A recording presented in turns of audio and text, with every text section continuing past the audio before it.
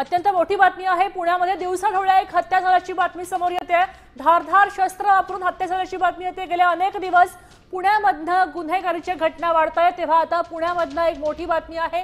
मयंक खराटे असं त्या तरुणाचं नाव आहे। तरुणाची हत्या झाल्याची बातमी मिळते। पुण्यातल्या बाजीराव रोडवरची धक्कादायक घटना आहे।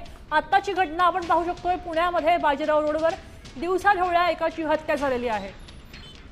आपल्यासोबत अक्षय बडवे फोन लाईनवर जोडलेले आहेत। अक्षय, आपण पाहू शकतोय पुण्यामध्ये गेले कित्येक महिने गुन्हेगारीच्या घटना वाढतात आणि अशामध्येच आता दिवसाढवळ्या एकाची हत्या झाली आहे। नेमकं कारण काय आहे, काय माहिती समोर येते?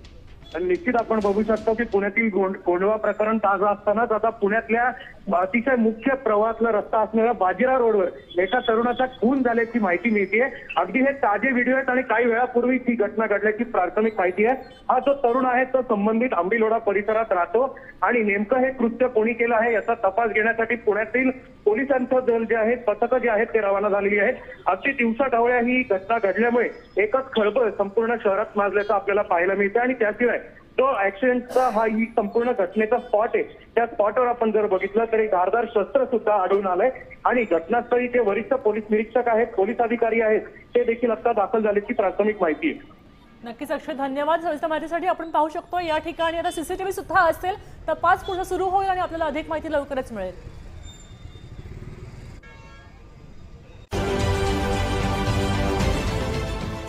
देश विदेशातील प्रत्येक घडामोडींचे लाईव्ह अपडेट मिळवण्यासाठी आता साम टीव्हीच्या सर्व सोशल मीडिया प्लॅटफॉर्मला लाईक, फॉलो आणि सबस्क्राईब करा।